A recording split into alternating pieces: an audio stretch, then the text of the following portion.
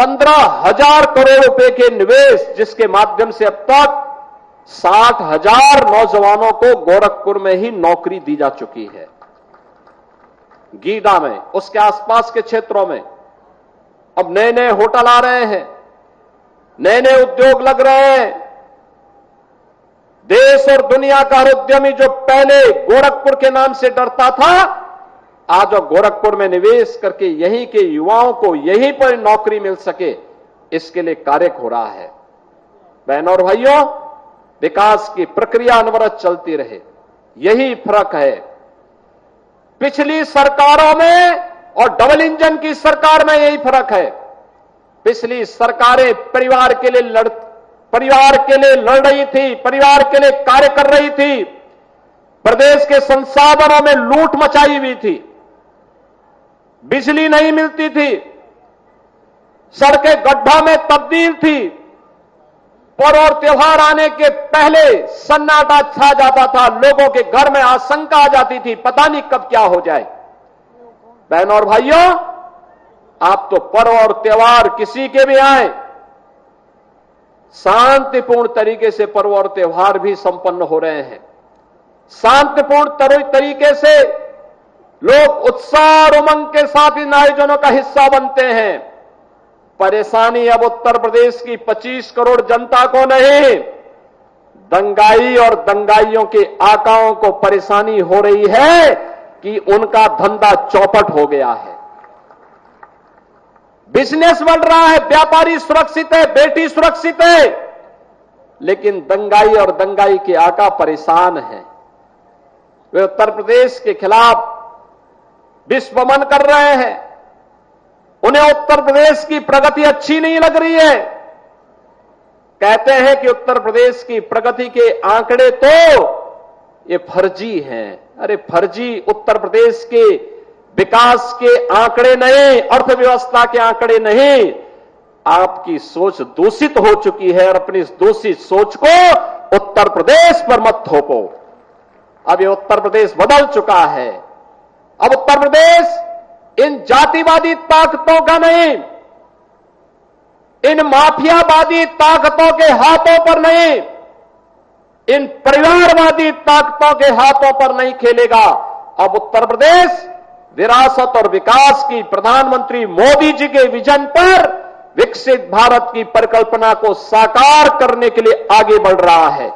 और विकसित भारत की उसी परिकल्पना को साकार करने के लिए आज उत्तर प्रदेश के अंदर हर एक जनपद में एक नई प्रतिस्पर्धा खड़ी हुई है। क्या गोरखपुर हो, क्या वाराणसी, क्या प्रयागराज हो या अयोध्या, लखनऊ हो या कानपुर, आगरा हो या मेरठ, बरेली हो या मुरादाबाद, सहारनपुर हो या गाजियाबाद, इन सब में एक नई प्रतिस्पर्धा खड़ी हुई है। कौन अच्छा कार्य कर सकता है, और उस स्वस्थ प्रतिस्पर्धा का हिस्सा बनने के लिए जब प्रदेशवासी खड़ा हुआ है तो उत्तर प्रदेश को देश की द्वितीय अर्थव्यवस्था बनने में देर नहीं लगी।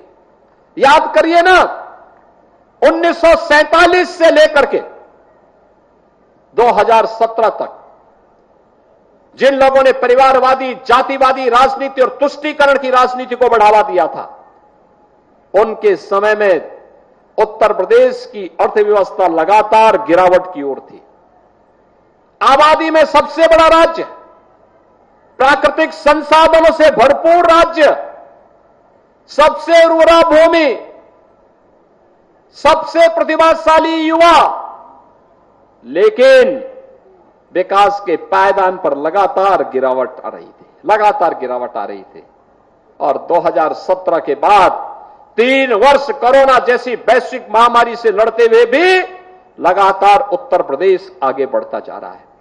जो उत्तर प्रदेश 17 में देश की 7वीं अर्थव्यवस्था थी, आज वही उत्तर प्रदेश देश की नंबर 2 की अर्थव्यवस्था बन चुका है। नंबर 2 की अर्थव्यवस्था बन चुका है। सबसे तेज अर्थव्यवस्था के रूप में देश के अंदर वर्तमान में आगे बढ़ रहा है। केंद्र सरकार की उन सभी योजनाओं में जिसमें 2017 के पहले सबसे फिसड्डी रहता था, आज उत्तर प्रदेश नंबर 1 की लड़ाई में सबसे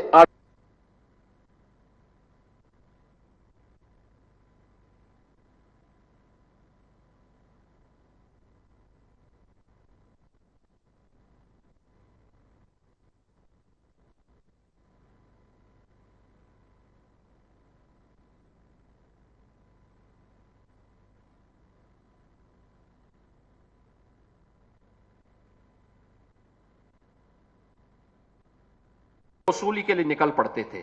आज नौकरी आती है। अभी हमने 60,000 से अधिक पुलिस की भर्ती की है। एक भी भर्ती पर उंगली नहीं उठा सकता। 12,000 से अधिक बेटियां इसमें पुलिस भर्ती में सफल हुई हैं। उन्होंने भी उनको भी नियुक्ति पत्र इस अवसर पर प्रदान करने की कार्रवाई आगे बढ़ रही है। अनुमान करिए 1947 से लेकर के 2017 तक उत्तर प्रदेश पुलिस बल में केवल 10,000 महिला पुलिस कार्मिक थी और अकेले इस पुलिस भर्ती में 12,000 से अधिक हम लोगों ने केवल बेटियों को ही भर्ती किया है उत्तर प्रदेश के पुलिस बल में। यह नया उत्तर प्रदेश है। अन्नदाता किसान के लिए होने वाली कार्य योजनाएं हो, गन्ना किसानों के लिए ही 1996 से लेकर के 2017 तक इन 21-22 वर्षों में जितना गन्ना मूल्य का भुगतान हुआ, मात्र 8 वर्ष में उससे भी 60,000 करोड़ अधिक यानी 2,80,000 करोड़ रुपए का गन्ना मूल्य का भुगतान अन्नदाता किसानों के खाते में पैसा देकर के इस डबल इंजन की सरकार ने किया है। नए भारत का नया उत्तर प्रदेश सुरक्षा का बेहतरीन वातावरण दिया तो हर एक क्षेत्र में आगे बढ़ता हुआ दिखाई दे रहा है। और इसलिए जिन लोगों में क्षमता नहीं थी उनको उत्तर प्रदेश के आंकड़े फर्जी लगते होंगे, लेकिन जिनमें सामर्थ्य थी उन्होंने करके दिखा दिया है। भारत का ग्रोथ इंजन बन करके उत्तर प्रदेश उभरा है। पर्व और त्योहार शांतिपूर्ण तरीके से संपन्न हो रहे हैं। नौजवानों को यहीं पर रोजगार और नौकरी मिल रही है। अपने अत्याधुनिक इंफ्रास्ट्रक्चर के साथ उत्तर प्रदेश आज देश के विकास में, देश की अर्थव्यवस्था का ग्रोथ इंजन बनकर के उभरा है। और यह ग्रोथ इंजन की अपनी भूमिका को आगे बढ़ाने के लिए आज हम गोरखपुर में आए हैं। आज प्रातःकालीन सत्र में मैं महाराजगंज में था। रोहिन नदी में एक बेहतरीन बैराज वहां बनाया गया है। हजारों किसान लाभान्वित होंगे। हजारों एकड़ की भूमि, हेक्टेयर भूमि को वहां पे सिंचाई की सुविधा प्राप्त होगी। पहले की सरकारें भी कर सकती थी, उन्होंने नहीं किया। उनको एक हर जनपद में उन्होंने एक माफिया जरूर पाला था। हर जनपद में एक वसूली बात जरूर उन्होंने पैदा किया था। और हमने 1 डिस्ट्रिक्ट 1 प्रोडक्ट भी दिया और 1 डिस्ट्रिक्ट 1 मेडिकल कॉलेज भी देने का काम है डबल इंजन की सरकार ने ही किया है। आज के इस अवसर पर इन 1640 करोड़ रुपए की परियोजनाओं के लिए मैं आप सभी को हृदय से बधाई देता हूं। आज मुझे यहां पे गोरखपुर विकास प्राधिकरण के माध्यम से पीपीपी मोड पर एक जेएसआर कार्निवल ऑफ ड्रीम्स का एक नया पार्क बच्चों के मनोरंजन के लिए, हर उम्र के मनोरंजन के लिए यहां पर उपलब्ध हुआ है। वह भी देखने का अवसर प्राप्त हुआ। अच्छा लगा। रामगढ़ ताल में नई नई चीजें आ रही हैं। इस अवसर पर मैं आप सभी को हृदय से बधाई देता हूं। विकास प्राधिकरण को इन कार्यक्रमों को तेजी के साथ आगे बढ़ाने के लिए धन्यवाद देता हूं और आप सबके प्रति रामनवमी की मंगलमय शुभकामनाएं देते हुए कल वासंतीय नवरात्रि की 9वीं तिथि भी है। जगत जननी मां भगवती की सिद्धिदात्री के स्वरूप की हम पूजा करेंगे और भगवान राम का पावन जन्मदिन भी है। इस सब के लिए आपको बधाई देते हुए वाणी को विराम देता हूं। धन्यवाद। जय हिंद।